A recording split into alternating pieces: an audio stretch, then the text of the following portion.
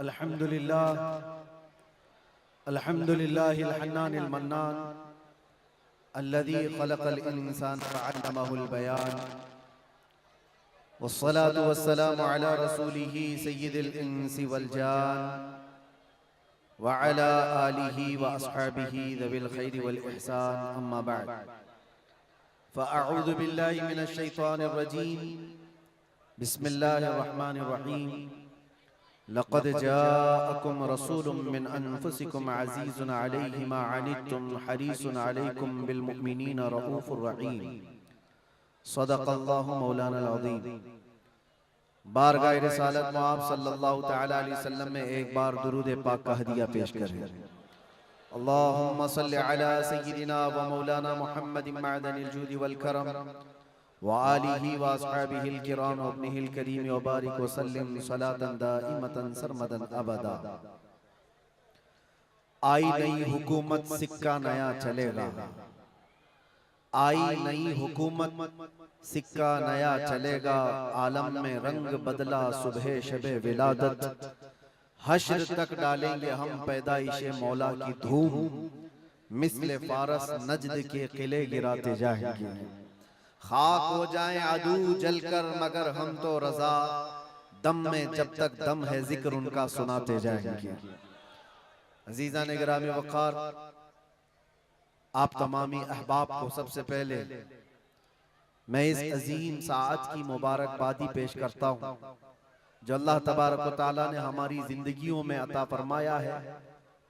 ये कितना अजीम इत्तेफाक है और बल्कि कितनी अजीम सआदत है कि हम अपनी जिंदगियों में 1500 साला जश्न ईद मिलादुन नबी मनाने जा रहे हैं। अल्हम्दुलिल्लाह, ये रसूल करीम सल्लल्लाहु तआला अलैहि वसल्लम की विलादत बासआदत का 1500 सालाना जश्न ईद मिलाद हम सुन्नियों की किस्मत में मनाने आ गया है।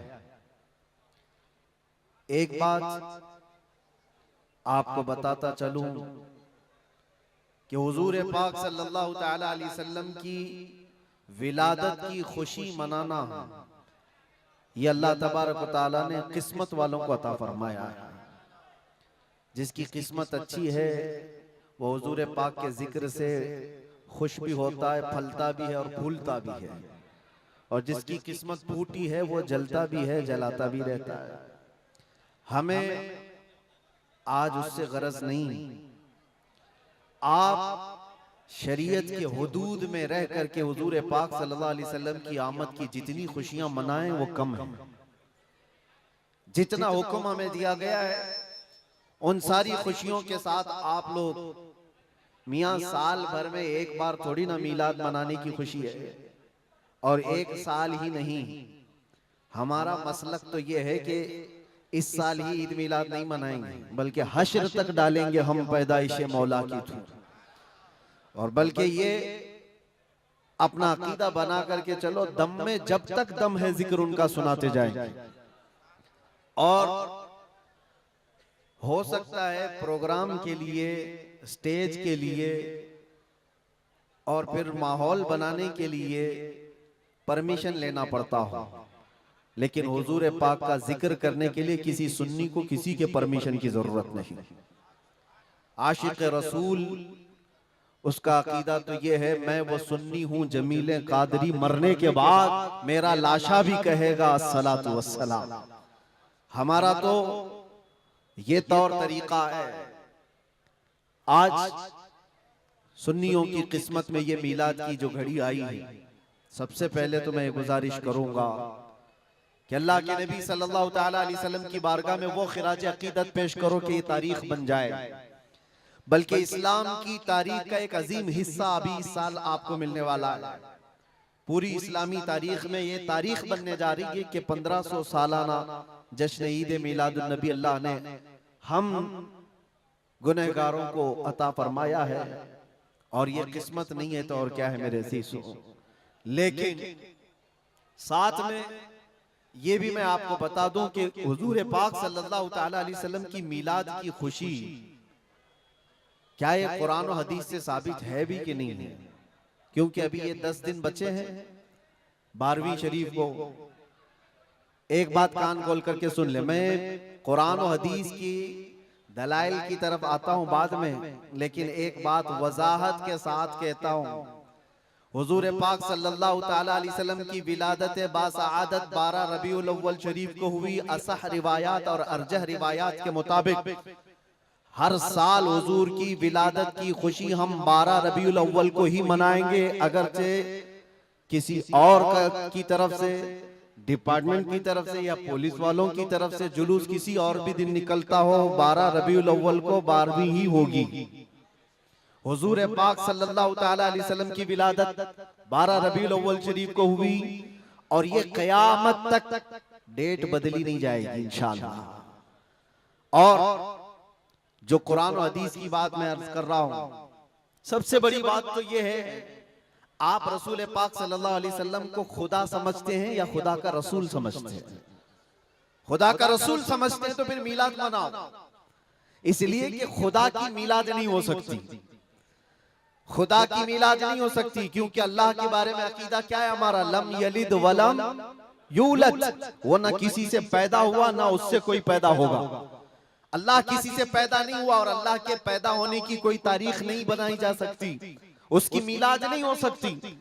और रसूल पैदा हुए हैं 12 रबीउल अव्वल शरीफ को। आपकी माँ भी है और आपके बाप भी हैं और आपसे भी लोग, आपसे भी बच्चे पैदा हुए हुजूर पाक सल्लल्लाहु अलैहि वसल्लम से। तो हम पूरी दुनिया में हुजूर की मिलाद मना करके शिर्क को तोड़ने वाला अमल करते हैं, शिर्क को तोड़ने वाला अमल करते हैं। कोई हमारी तरफ जो शिर्क का फतवा देता है उसे कान खोलकर सुन लेना चाहिए। मिलाद मनाकर हम बताते हैं हम मोहम्मद अरबी सल्लल्लाहु अलैहि वसल्लम को खुदा नहीं समझते बल्कि खुदा का रसूल समझते हैं।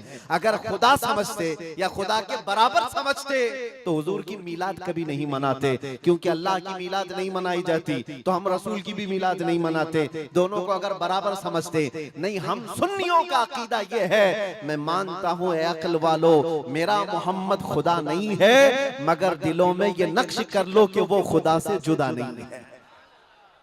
यह हमारा है। रसूल करीम सल्लल्लाहु ताला अलैहि वसल्लम की मिलाद मनाना शिर्क को तोड़ने वाला अमल है, शिर्क को खत्म करने वाला अमल है। और आपको एक बात ये भी बता दूं, हुजूर अकरम सल्लल्लाहु ताला अलैहि वसल्लम की विलादत जिस दिन हुई थी पूरी कायनात में बहुत कुछ तब्दीलियां आई थी, जो सही रिवायात में मौजूद हैं। बहुत तब्दीलियां आई थी। अरब उस वक्त जो रेगजार था, सहरा था, सब्जा देने लग गया, बारिशें बराबर होने लग गई। अरब में आज भी बारिश नहीं होती है, साल में 2-4 बार बारिश के खतरात गिर गए, अलग बात है। मौसम बाज़ाब्ता जैसे बारिश का यहाँ होता है नहीं होता। लेकिन जिस साल हुजूर पाक सल्लल्लाहु अलैहि वसल्लम की विलादत होने वाली, अरब में सब्जे उगने लग गए या बारिश होने लग गई है। और उस साल जो हालात की तब्दीली थी, मुल्क शाम में एक नदी जो सूख चुकी थी वो अचानक जारी हो गई, पानी भर आया। और एक नदी जो हमेशा बहती वो अचानक सूख गई। एक आतिशकदा था 1000 साल से जिसकी आग को बुझने नहीं दिया गया था ईरान के नुजूमियों ने, आतिश परस्तों ने, अचानक वो आग भी गुल हो गई।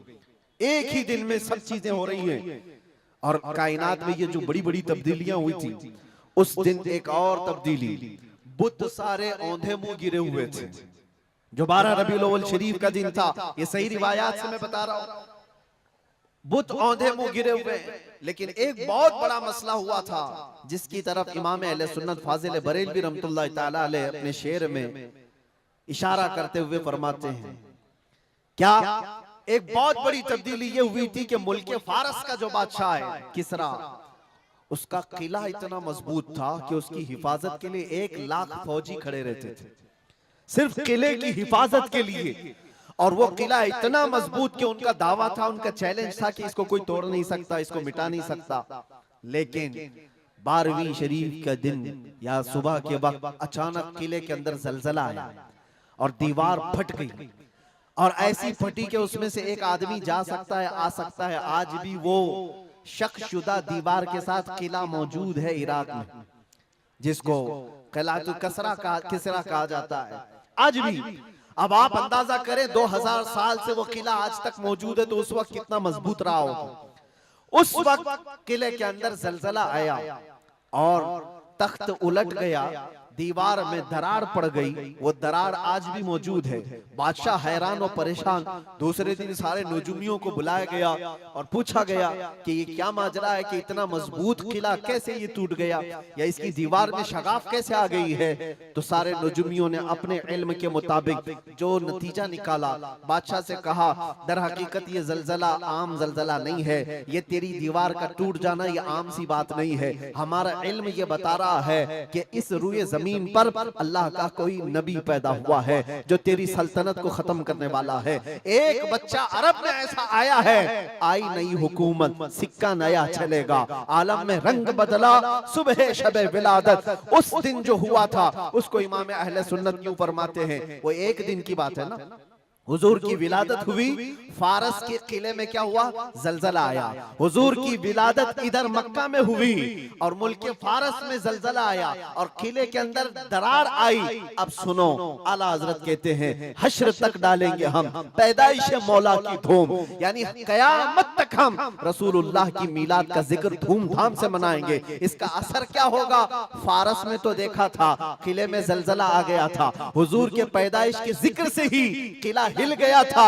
अब हम जब जब जिक्र करेंगे मिसले फारस नजद के किले गिराते जाएंगे, मिसले फारस नजद के किले गिराते जाएंगे।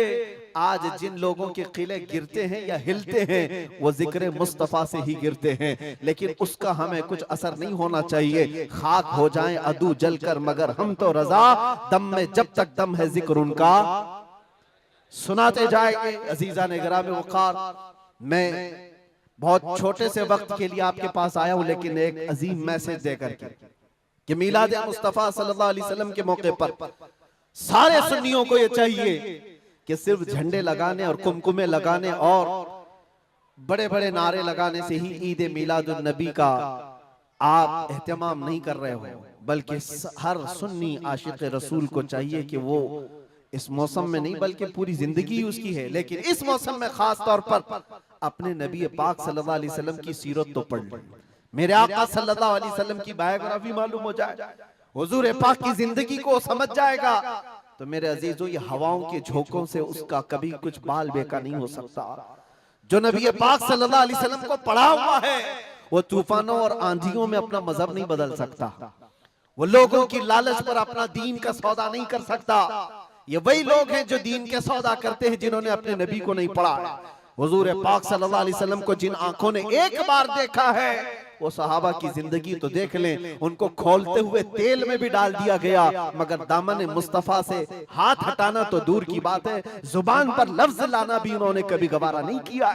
जानते हो, 3 भाई थे, ये कलयुगी में एक हिकायत लिखी हुई है, 3 सगे भाई थे, एक ईसाई बादशाह ने गिरफ्तार कर लिया, तीनों जवान थे, 20 से 30 साल के बीच में, और बादशाह ने कैद करके उनको सबसे पहले क्या कहा, तुम अपना दीन बदल लो, धर्म परिवर्तन कर लो, मोहम्मद अरबी सल्लल्लाहु अलैहि वसल्लम के जो कसीदे गाते हो छोड़ दो। लेकिन देखो, याद रखो, उसमें से जब बादशाह ने ये बात रखी तो उन्होंने कहा नहीं, हमारा दीन इतना सस्ता नहीं है कि हम तुम्हारी कैद में आते ही बदल डाले। उसने कहा अगर तुम बदल लोगे तो मैं तुम्हें अपने वजारत में सिपाहियों में बड़े मनसब पर रखूंगा। नहीं माना, ठुकराया। बादशाह ने क्या कहा, इसकी सजा तुम्हें भुगतने के लिए तैयार रहनी होगी। तैयार। बहुत बड़े एक कढ़ाई में तेल को लाकर खोलते हुए तेल में उसमें से सबसे बड़े भाई को डालने का हुक्म दिया। बादशाह ने जैसे हुक्म दिया, जल्लाद आया और उन 3 भाइयों में से एक को उठाया और खोलते हुए तेल में डाल दिया। अंदाजा करो, मोमबत्ती पर अगर तुम्हारी उंगली भी लग जाए ना तो चमड़ी जल करके निकल आएगी, और पता नहीं कितने दिन तक इसकी जलन आपको होती रहे। लेकिन एक पकते हुए तेल में डाला जा रहा है, डाल दिया, जिस्म पूरा चरमरा गया। थोड़ी देर गुजरी, 2 भाई और मौजूद, दूसरे को बुलाया गया, देखा तुम्हारे भाई का हश्र क्या हुआ है, तुम अगर बादशाह की पेशकश को कबूल कर लो तो शायद तुम्हारी जान बच सकती है।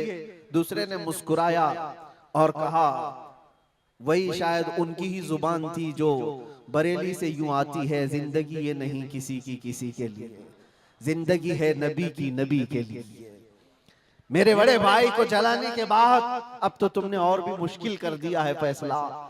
मैं इस बात के लिए तैयार हूं कि इससे बड़े तेल में भी मुझे डाला जाए, लेकिन जुबान पर मेरे मुस्तफा के दामन को छोड़ने वाली बात कभी नहीं ला सकता।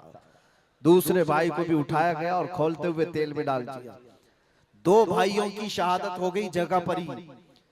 वो तेल में डालना जुबान पे अल्फाज हो सकता है, आसानी से हम बोल रहे हैं और आप आसानी से सुन रहे हैं। प्रैक्टिकल जिसके साथ होगा वो अंदाजा कर सकता है दर्द और कर्ब किसको कहते हैं, शिद्दत की तकालीफ किसको कहते हैं। मेरे अजीजों, तीसरा जो नौजवान था वो बहुत ही कम उम्र का था, 22 से 23 साल का होगा। बादशाह का जो वजीर वहां पर था, उसने देख करके बादशाह से कहा, इस लड़के को मेरे हवाले कर दीजिए, मैं इसको बदल करके लाऊंगा, मेरा चैलेंज है। क्यों जान इसकी भी ले लेंगे, मैं इसको बदल करके लाऊंगा। इतने मजबूत लोग कैसे हो सकते हैं अरब के कि खोलते हुए तेल में इनके भाइयों को डाला गया, तब भी ये बदल नहीं रहे। दो को मरते हुए, अरे यहाँ एक को डंडा पड़ते हुए देखकर सारे भाग जाएं, और ये दो को जलते हुए देख करके भी टस से मस नहीं होते। कैसा अकीदा है, कैसा तसल्लुब है इनका। बादशाह ने कहा, किस बात पर तुम्हें यकीन है कि इसको तुम बदल लाओगे। उसने कहा, मुझे भरोसा है, आप मुझे दीजिए 1 महीने का टाइम, इसको बदल कर न लाऊं तो फिर मुझे आप जो सजा दे। बादशाह ने कहा, ठीक है, ले जाओ। तीसरे को खोलते हुए तेल में डालने की बजाय बादशाह ने अपने वजीर के हवाले कर दिया। और दुनिया देखो, वो मेरे अजीजों याद रखो, आशिकाने मुस्तफा से 2 इम्तिहान हर जमाने में होते रहेंगे, आज भी हो रहे हैं और होते रहेंगे। पहला इम्तिहान, मौत से डरा करके तुम्हारा दीन छीन लिया जाएगा। मौत से डरा करके ये हो जाएगा, वो हो जाएगा, तुम्हें ये कर दिया जाएगा, वो कर दिया जाएगा। मौत का डर, खौफ तुम्हारे कदमों में डगमगाहट लाने के लिए लाया जाता है। अगर मौत से नहीं डरता कोई आदमी, तो उसके साथ दूसरा पेंतरा क्या खेला जाता है। ये दुनिया का दस्तूर है, हमेशा से जब देखती है दुनिया के ये मौत से डरता नहीं है, तो फिर इसको औरत और दौलत की लालच से खरीदने की कोशिश की जाती है। ये 2 चीजें ऐसी हैं जो अच्छे अच्छों का सौदा कर जाती हैं। बहुतों ने अपना ईमान सिर्फ शबाब पर बेच दिया है, हुस्न शबाब को देख करके। औरतों के दिल दादा हुए या दौलत के दिल फरेब हो गए, और उन्होंने अपना दीन का सौदा कर लिया है।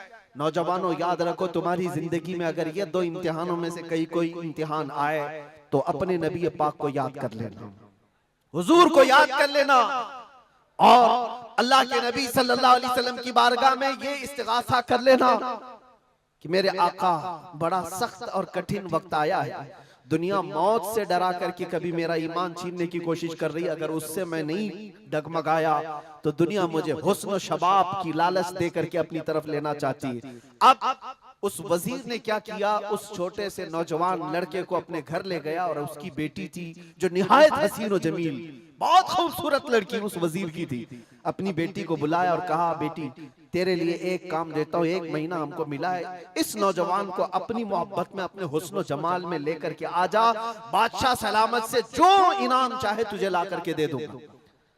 अपनी लड़कियां आशिकाने मुस्तफा को खरीदने के लिए कल भी भेजे जाते थे, आज भी भेजी जा रही है।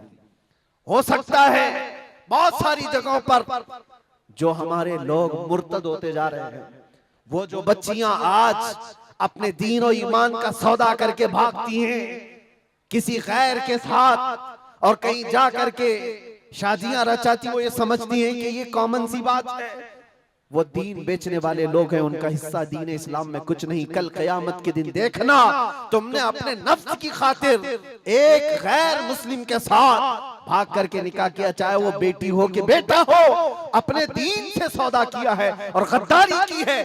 कल कयामत के दिन मुंह तो अल्लाह को दिखाना है, हुजूर की शफाअत के बगैर तो कुछ होना नहीं है। देखना हश्र में जो हुजूर पाक सल्लल्लाहु ताला अलैहि वसल्लम के साथ तुम खड़े रहोगे कि हम खड़े रहेंगे, वो वक्त आने वाला है। उस नौजवान के साथ क्या हुआ, वजीर ने अपनी बेटी तो लगा दी, अल्लाह की पनाह मेरे अजीजों, हुजूर पाक का इश्क का एक कतरा भी जिसके दिल में आता है, ऐसी चीजें उसके पांव को नहीं डगमगाती, ना कभी उसका ईमान खरीद सकती हैं, ना उसके दीन का सौदा कर सकती हैं। वो लड़की रोजाना आती, रात के वक्त बैठ जाती, और ये नौजवान जैसी महसूस करता, मेरे कमरे में अकेले तन्हा रहने के बावजूद वजीर की खूबसूरत हसीन और जमील बेटी, जिसके निकाह के पैगाम बादशाहों के औलाद से आया करते थे, शहजादे निकाह का पैगाम भेजा करते, वो लड़की मेरे पास आकर बैठ जा रही है।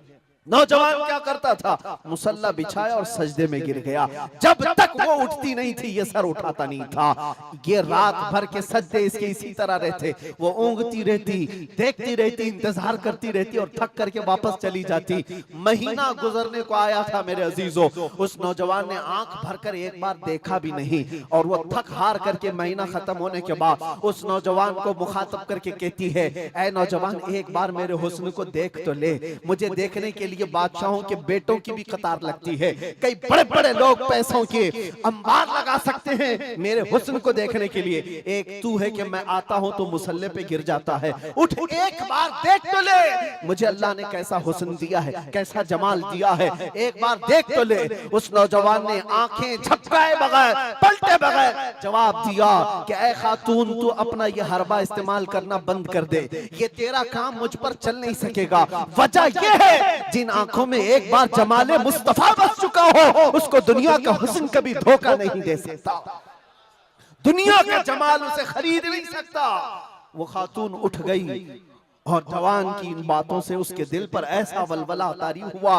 वो खातून कहती है, ऐ नौजवान खड़ा हो जा, मैं तुझे खरीदने नहीं आई, मैं तुझे अपनी दामे फरेब में फंसाने नहीं आई, उठ जा, अब मेरी एक अर्जी सुन ले। नौजवान उठा और पूछा क्या अर्जी है। कहती है कि मैं अब तेरी मोहब्बत में गिरफ्तार हूँ, मैं चाहती हूँ कि तू मेरे दीन में ना आ बल्कि तू अपने दीन में मुझे दाखिल कर ले।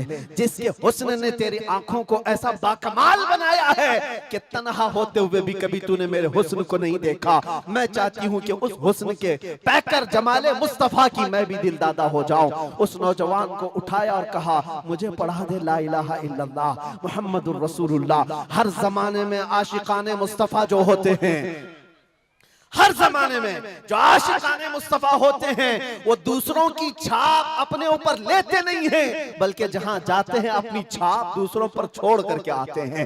यही होती है जिंदगी आशिकाने मुस्तफा की। उस नौजवान ने उसे कलमा तैयबा पढ़ाया और उस खातून ने कहा, चलो यहाँ से निकलो, कुफरिस्तान से निकल करके हम निकाह करते हैं और साथ जिंदगी गुजारेंगे। तवज्जो चाहता हूँ, तवज्जो चाहता हूँ, ये मेरी बात को खत्म होने दो। ऐ नौजवानों, आज तुम्हें कोई बहकाने वाला, खोलते हुए तेल में डालने वाला नहीं है, उसके बावजूद तुमने पता नहीं अपने कितने घंटे ये सारे सोशल मीडिया पर आई हुई ऐसी हसीना और जमीलाओं के पीछे अपनी रातें बर्बाद कर डाली। तुम्हें पता नहीं ये आंखें अल्लाह ताला ने तुम्हें किस लिए दिए हैं। दुआ ये करो कुछ ऐसा कर दे मेरे किरदिगार आंखों में, हमेशा नक्श रहे रूए यार आंखों में। उन्हें न देखा तो किस काम की है ये आंखें कि देखने की है सारी बहार आंखों में। अजीजा ने गिरामी, उस नौजवान ने उस खातून की बात सुन ली और कहा, चलो मुझे इस जगह से, इस कैद से निकालो, हम ये शहर छोड़ देते, ये मुल्क छोड़ देते हैं। उस खातून ने उस नौजवान को आजाद किया और साथ लेकर चल पड़ी। शहर भी छोड़ दिया, बाहर निकल पड़े। रात का वक्त है, अचानक वो आधा रास्ता तय किए कि पीछे से घोड़ों के दौड़ने की आवाज आई। तवज्जो चाहता हूँ, एक फौज आ रही है और हिनहिनाने वाले घोड़ों की आवाजें आने लगी। दोनों डर गए। नए लोग हैं, नौजवान लड़का है, नौजवान लड़की है और शहर से भागे हुए हैं, दीन इस्लाम कबूल करके निकले हुए हैं। बादशाह को हो सकता है खबर हो गई होगी, वजीर को पता चल गया होगा कि कैद से निकला हुआ ये फरार मुजरिम हमारा शहर छोड़कर जा रहा है। पूरी फौज आती हुई नजर आ रही थी। ये दोनों एक दरख्त के पीछे ओट पर छुप कर खड़े हो गए। पता नहीं अब इसके आगे क्या होने वाला है, हमें गिरफ्तार कर लिया जाएगा, हो सकता है हमारा भी अंजाम वही होगा जो हमारे दो भाइयों के साथ हुआ। लेकिन इत्तेफाक की बात है, वो घोड़े करीब से करीब आते गए, वो फौज करीब आ गई और जब आ गई तो करीब आकर वो फौज रुक गई। इन्होंने देखा नहीं ये फौज कौन थी, ये लोग कौन थे। दरख्त के पीछे छुपे हुए हैं नौजवान और वो दुशीजा। अचानक आने वाली फौज में से एक गरजती हुई आवाज आती है, नाम लेकर के नौजवान का पुकारा जाता है, ऐ फलां बिन फलां बाहर आ जा, बाहर आ जा। बाहर ये नौजवान आता है तो देखता है बादशाह की फौज नहीं है, वजीर की फौज नहीं है, बल्कि वो दोनों शहीद भाई घोड़े पर सवार है और सारी फौज में रसूलुल्लाह के वो शहीद सहाबा तशरीफ लाए हुए हैं। नारे तकबीर, नारे रिसालत, नारे रिसालत। ये नौजवान घबरा गया और पूछा, मैं अपने भाइयों को देख रहा हूँ घोड़ों पर सवार हैं, चंद दिनों पहले बादशाह ने खोलते हुए तेल में इनको उंडेल दिया था, इनके जिस्मों को जला दिया था। ये देख करके आप कपकपी जिस्म पर तारी है, भीगी आंखों से पूछने लगा, बड़े भाई आप लोगों को जला दिया गया था, तेल में खोलते हुए डाल दिया गया था, आप लोग यहाँ कैसे आए? दोनों भाइयों ने कहा, ऐ मारे नन्हे भाई, क्या तूने कुरान की आयत नहीं पढ़ी, वला तक़ूलू लिमन युक़तलु फ़ी सबीलिल्लाहि अमवात, अल्लाह की राह में जो मारे जाएं उन्हें मुर्दा न कहो। नौजवान ने पूछा, तुम्हें दर्द कितना हुआ होगा जब जलाया गया था, खोलते हुए तेल में डाला गया था, कर्ब कैसा था, तकलीफ कैसी थी? तवज्जो चाहता है नौजवानों, इश्क़ मुस्तफा में बर्दाश्त किया हुआ दर्द कुछ नहीं होता है। उन नौजवानों ने कहा, दर्द कौन सा, कर्ब कौन सा, तकलीफ कौन सी? तूने हमें डालते हुए देखा है, खोलते हुए तेल में, जलती हुई चमड़ी देखा है, लेकिन हमें दर्द का एहसास नहीं हुआ, इसलिए कि जिस वक्त जल्लाद हमें तेल में डाल रहा था, सामने तो हमें जमाले मुस्तफा नजर आ रहा था। जहां मुस्तफा का हुस्न हो, फिर दर्द किस बात का, कर्ब किस बात का? इसीलिए तो सहाबा का ये नारा था, या रसूलुल्लाह या रसूलल्लाह कुल्लु मुसीबतिन बादक जुललुन, ऐ अल्लाह के रसूल अगर आप हैं तो फिर हर मुसीबत हल्की है, हर मुसीबत छोटी है। ऐ नौजवानों, दुनिया ने खरीदने की कोशिश की है, लेकिन जो जमाले मुस्तफा का दिलदादा है वो दुनिया के हालात से न बिकता है न झुकता है। अपना मिशन ऐसा बनाओ कि तुम्हें 100-500 रुपए में खरीदे जाने वाली कौम का लक़ब न दिया जाए, बल्कि इकबाल आज से 100 साल पहले कहता था, इकबाल शायर मशरिक, अंग्रेजों ने क्या कहा था हमारे मुतालिक, वो अपने शार में कहा है। अंग्रेज क्या कहते थे? थक गए थे, थक गए थे। आपको क्या पता है हिंदुस्तान की इस आजादी में जितने आज बड़े बुलंद बांग दावे किए जाते हैं, पता है नौजवानों, तारीख याद रखो, 30,000 उलमाए अहले सुन्नत को इन्होंने दिल्ली से लेकर कश्मीर तक हर झाड़ी पर फांसी पे लटकाया हुआ था। 30,000 उलमाए अहले सुन्नत। काला पानी की सजा अंडमान निकोबार में किसको दी गई थी? अल्लामा फजले खैराबादी, इनायत अहमद काकोरवी, जिनकी पीठ की हड्डी तोड़ दी गई थी, खड़े नहीं हो सकते थे। 8-8 साल 10-10 साल तक झुकी हुई कमर के साथ इनको सजाएं दी गई। किफायत अली काफी कौन है, जिनको भरे बाजार में चौराहे पर लाकर अंग्रेजों ने फांसी पर चढ़ाया था। जालिमात तारीख भुला देते हैं, या तारीख के चेहरे पर आज मट्टी थोपने की कोशिश की जाती है, और हमारे नौजवान है कि याद नहीं रखते हमारी तारीख। या आशिकाने मुस्तफा थे, अंग्रेजों की नाक में अगर किसी ने दम किया था तो वो आशिकाने मुस्तफा की जमात थी, आशिकाने मुस्तफा की जमात थी। किफायत अली काफी को सूली पर चढ़ा रहे थे, लेकिन जानते हो उससे पहले किफायत अली काफी एक आलिम दीन, एक आलिम दीन, उस आलिम दीन को गिरफ्तार करने के लिए कितने कुत्ते आए थे? 3,000 अंग्रेजों की फौज ने मिलकर के एक आलिम दीन को गिरफ्तार किया था। हमेशा से यही तारीख रही है, हमेशा से। इसलिए कि पता है कि रसूलुल्लाह सल्लल्लाहु ताला अलैहि वसल्लम का शेर 1-2 के काबू में आ भी नहीं सकता, हमेशा घेर कर मारने की आदत कुत्तों की रही। करबला में भी तो यही हुआ, अकेले इमाम हुसैन के साथ सुबह से लेकर दोपहर तक लड़ते रहे, और आपको पता है एक हुसैनी जवान ने 200-200 यजीदियों को मार डाला है, एक ने। तारीख खाली मरने वालों की ना बताओ, शहीद होने वालों की नहीं बताओ, ये भी देखो हुसैनियों ने कितनों को सुलाया है। एक हुर बिन यजीद जो एक रात पहले इमाम हुसैन के पास आकर बैत किए थे, एक रात पहले, और उन्होंने दूसरे दिन जंग शुरू की थी तो 120 लोगों को मारा था। आप अंदाजा करो, एक रात का हुसैनी 120 को सुला सकता है, तो अंग्रेज अच्छी तरह जानते हैं जो पैदाइशी हुसैनियों की तरह को सुला सकता है। सब पता है। किफायत अली काफी को 7 दिन तक गिरफ्तार करके उनके जिस्म पर इस्त्री चलाते थे, गरम इस्त्री चलाते थे, और जब चमड़ी जलती थी तो उस पर नमक छिड़कते थे। और किफायत अली काफी को बार बार कहते, फतवा बदल डालो, आ जाओ हमारे वजारत में, हमारा मनसब ले लो, हर महीने पाउंड दिए जाएंगे, बरतानिया के पाउंड। लेकिन आशिक मुस्तफा डॉलर और बरतानिया के पाउंड पर नहीं बिकता, वो हुस्ने मुस्तफा का दिलदादा होता। 8वें दिन जब उनको फांसी पर चढ़ाया गया था, फांसी कोई आम चीज नहीं है मेरे अजीजों, जिसको सामने देख करके चच्चों की हालत खराब हो जाए।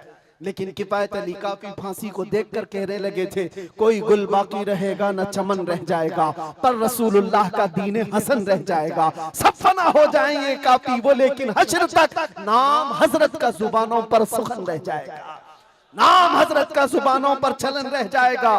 फांसी भी दे दी। ये सारे जो मामलात हुए आशिकाने मुस्तफा सल्लल्लाहु अलैहि वसल्लम हर जमाने में आजमाए गए। और मैं कह रहा था क्या बात, इधर उधर न जाए बात, अंग्रेज मजबूर होकर ये कहने पर आ गए थे, ये फाका कश मौत से डरता नहीं जरा, ये फाका कश मौत से डरता नहीं जरा। आशिकाने मुस्तफा ने हर जमाने में लोगों की नाक में दम कर रखा है, तादाद में थोड़ी ही क्यों ना हो, तादाद में थोड़ी ही क्यों ना हो, लेकिन डर इनको सबसे लगता है। क्या आपने तारीख नहीं देखी? एक बात मैं बताऊं, बॉडी बनाने वाले, मुख्य आजमाई करने वाले, चाहे तुम्हारे पास जितनी भी ताकत हो, ये जिस्मानी ताकत अपनी जगह पर, हमने देखा है व्हील चेयर पर बैठ करके एक खादिम हुसैन लब्बैक या रसूल अल्लाह कहता था, यूरोप की धरती भी हिलने लगती थी। पता ही चलता है जिस्मानी ताकत का कोई असर नहीं होता, इश्क़ मुस्तफा जहां होता है वो असली ताकत कहलाई जाती है। नारे तकबीर, नारे रिसालत, आशिकाने मुस्तफा, सुभान अल्लाह, सुभान अल्लाह।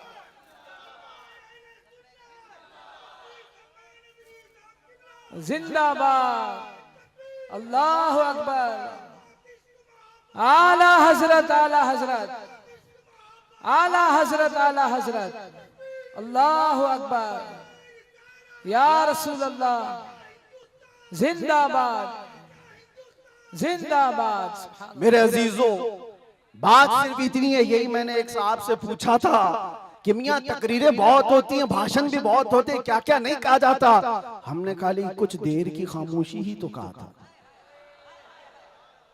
खामोशी कहना क्या इतना बड़ा जुर्म बन गया? वो तो आप सबको भी पता है कहां कहां से हमारे जुलूस निकाले गए, कहां कहां का क्या क्या देखा। बहरहाल मैं वो दास्तानें बताने नहीं आया हूं, लेकिन इतनी बात मुझे आज भी एहसास दिलाती है, ये अल्लाह का करोड़ा एहसान है। तुमने मुझे हथकड़ियां पहनाई है, घुमाया, जहां भी रखा, जिस तरह भी रखा। 8 महीने क्या 8 साल रखते या 80 साल अगर उम्र होती तो रखते, इससे फर्क नहीं पड़ता। डर तो ये था कि चोरी में नहीं ले गया, डकैती में नहीं ले गया, रेप में नहीं ले गया, मर्डर में नहीं ले गया। दुनिया को तुम्हें बताना पड़ेगा इस आलिम को क्यों ले गया, तो तुम पुकार करके यही कहोगे इश्क़ मुस्तफा की बात करता था इसलिए ले गया। सुभान अल्लाह। लब्बैक लब्बैक लब्बैक या रसूल अल्लाह, लब्बैक लब्बैक लब्बैक या रसूल अल्लाह, लब्बैक लब्बैक लब्बैक। हमारा जुर्म यही तो है, दुनिया को तुम्हें बताना होगा क्या जुर्म किया था। अपनों को भी बताओ और दूसरों को भी बताओ। इसलिए मेरे अजीजों, कई मर्तबा ऐसा हुआ कि हमने अपने साहबों से पूछा भी था कि बात क्या है, छोटी सी बात को इतना ज्यादा क्यों बनाया गया। उन्होंने कहा बात छोटी है, लेकिन हमको ऐसा लग रहा है कि कई सालों से जो मरे हुए वो भी खड़े होने लग रहे हैं, कई सालों से जो सोए हुए हैं वो भी उठने लग रहे हैं। हम नहीं चाहते कि इस तरह का माहौल बन जाए, लेकिन याद रखना मेरे अजीजों, इश्क़ मुस्तफा पर बात करना, इज्जत मुस्तफा का चर्चा करना, अगर ये जुर्म है तो ये जुर्म मौत तक 1000 बार हम करते रहेंगे, 1000 बार करते रहेंगे। इसलिए कि इससे कोई समझौता नहीं। हाँ, हम कानून के खिलाफ कोई बात नहीं करते। अगर अपने नबी पाक की इज्जत की बात करना जुर्म है तो ये जुर्म तो हम करते ही रहेंगे, ये करता रहे, हर नौजवान भी करेगा। नाम मुस्तफा लेना कोई जुर्म नहीं है, हुजूर की इज्जत की बात करना कोई जुर्म नहीं है।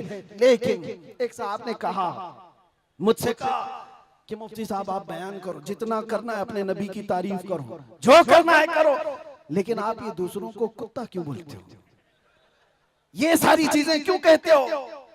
मैंने कहा अगर आपकी माँ को कोई बदकार कह दे, आपकी माँ को कहे कि बदकार है, तो आपको कैसा लगे। तो वो खड़े हो गए, कहा मेरी माँ को क्यों मिसाल में ला रहे हो, आप मेरी माँ के बारे में मिसाल क्यों दे रहे हो। मैंने कहा अभी तो मिसाल ही दिया, गाली नहीं दिया, खाली मिसाल, सपोज, एग्जाम्पल, इस पर आप इतना भड़क गए। याद रखो मेरे अजीजों, आप अपनी माँ से जितना मोहब्बत करते हैं, करोड़ों माँ से ज्यादा एक सुन्नी आशिक रसूल अपने नबी से मोहब्बत करता। हमारी जाने कुर्बान उस नबी पाक की जात पर। आप रुए माजना में मुस्तफास, आप क्या समझते हो दुनिया में जो इज्जत है वो हमारी टोपी दाढ़ी से है, हमारे जुब्बे कुब्बे और हमारे रंगो नस्ल से है। हमें इज्जत हमारे रंगो नस्ल और हमारे नाम और नमूद, हमारे इल्म और हमारे मनसब, हमारी पगड़ी और हमारे जुब्बे नहीं दिलाते। हमें जो इज्जत मिलती है वो किस बात पर? जब तक बिके न थे तो कोई पूछता न था, या रसूल अल्लाह तुमने खरीद कर हमें अनमोल कर दिया। ये नाज ये अंदाज हमारे नहीं होते, झोली में अगर टुकड़े तुम्हारे नहीं होते, जब तक के मदीने से इशारे नहीं होते, रोशन मेरी किस्मत के सितारे नहीं होते। बेदाम ही बिक जाए ये बाजार नबी में, इस शान के सौदे में खसारे नहीं होते।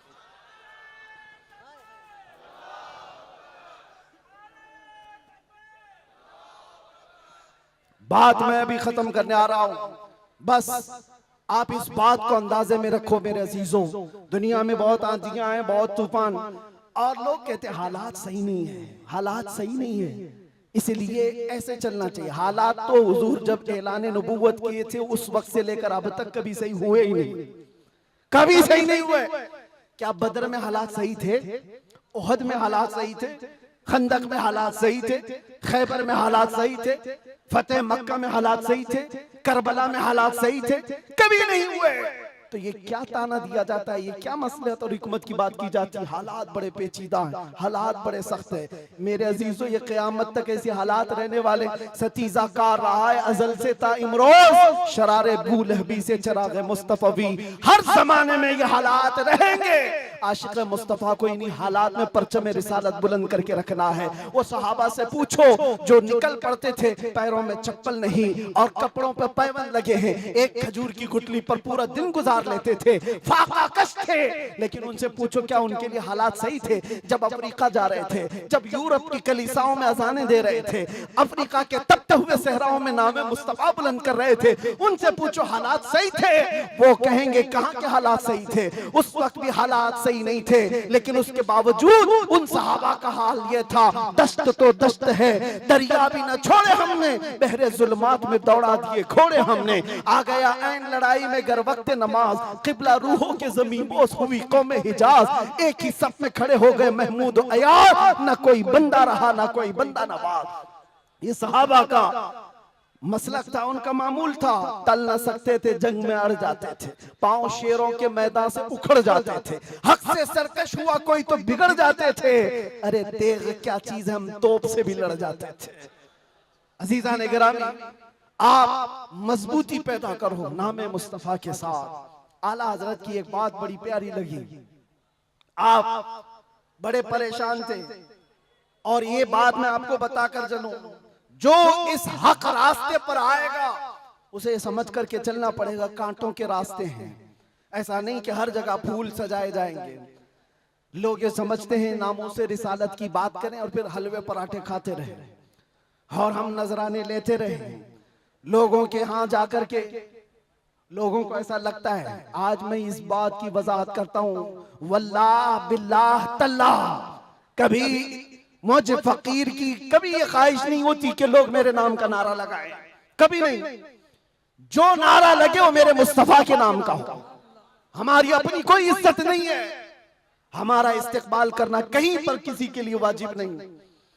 आपकी मोहब्बत सर आंखों पर, लेकिन मैं इसका आशिक नहीं और ना ही इसका ख्वाहिशमंद, ना ही बुलंदो बाला इस्तेकबाल के साथ बड़ी गाड़ियों में आना, ये ताम झाम, कभी मुझे इस चीज की ख्वाहिश नहीं रही। और अगर ऐसी ख्वाहिश होती तो इस गली में आकर के आपसे बयान नहीं कर रहा होता।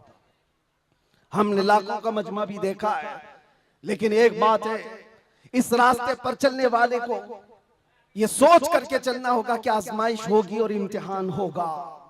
कई मर्तबा दौलत से खरीदे जाने की कोशिश की जाएगी, माल और मनसब दे करके, या कभी हुस्न शबाब दे करके, या कभी मौत की धमकी दे करके। ये सारी चीजें हमने देखी हैं अपनी जिंदगी में, बहुत छोटी जिंदगी में मौत की धमकी भी दी गई है। और मुझसे एक आ गया था कि अगर छूट गए तो ये समझ लेना कि दूसरा अवतार मिला है आपको। हम तो खैर अवतार देने वाले तुम नहीं हो, रज़्ज़ाक़ हकीकी अल्लाह रब्बुल इज्जत, जब तक वो न चाहे तुम्हारी सारी कायनात मिलकर के मेरा बाल बेका नहीं कर सकेगी। और अगर अल्लाह तबारक व तआला चाहे तो मच्छर और चूंटी से भी मौत हो सकती है। अल्लाह ना चाहे तो मोदी योगी से भी कुछ नहीं होता। अल्लाह अगर ना चाहे, अल्लाह अगर ना चाहे फिरौन और नमरूद से भी कुछ नहीं होता। और अगर अल्लाह चाह ले तो मच्छर से नमरूद भी मर सकता है और पानी से फिरौन भी हिलाक हो सकता है। हमारा अकीदा ये है, हमें उस बात का डर नहीं है। हमारी जिंदगी जब तक लिखी हुई है वो रहेगी, और मौत आनी है तो आनी है। लेकिन इतना याद रखो मेरे अजीजों, क्या ही खूब है बिस्तर पर पांव रगड़ रगड़ करके मरने से बेहतर है कि नामे मुस्तफा बुलंद करके दुनिया से जाए। बुज़दिलों के साथ जाने से बेहतर है आशिकों की जमात में जाए। और आजमाइश तो होगी, इम्तिहान तो होगा। सहाबा के साथ क्या नहीं हुआ? उनके माल, उनकी औलाद, उनके घर बार सब लूट लिए गए थे मक्का में। आजमाइश ऐसी थी कि वो पूरा पूरा दिन एक खजूर की गुठली पर गुजारा करते थे, और जंगें ऐसी उन पर मुसल्लत कर दी गई थी कि उनको अमन नाम की कोई चीज ही नहीं मिलती थी। हर घड़ी एक जंग से निकले दूसरी जंग, दूसरी से तीसरी। हुजूर पाक की वफादारी के साथ इम्तिहान तो होगा। आज मिलाद मुस्तफा है, नबी करीम सल्लल्लाहु ताला अलैहि वसल्लम के 1500 साला जश्न ईद मिलाद की हम तैयारियों में अपने ईमान को मजबूत करो, अपने अकीदे को मजबूत करो, इश्क रसूल इतना बढ़ा लो। मैं कभी कोई तलवार बंदूक बारूद की बात नहीं करता, ना ही मैं कभी कोई खुफिया मीटिंग करता हूँ, ना ही मैं कभी कोई तंजीम की बात करता हूँ कि तुम इस तरह की तंजीमें बनाओ, खुफिया मीटिंगें करो, लड़ने भिड़ने के मंसूबे बनाओ। नहीं, जो हमारी बात रिकॉर्ड कर रहे हैं वो भी सुन ले।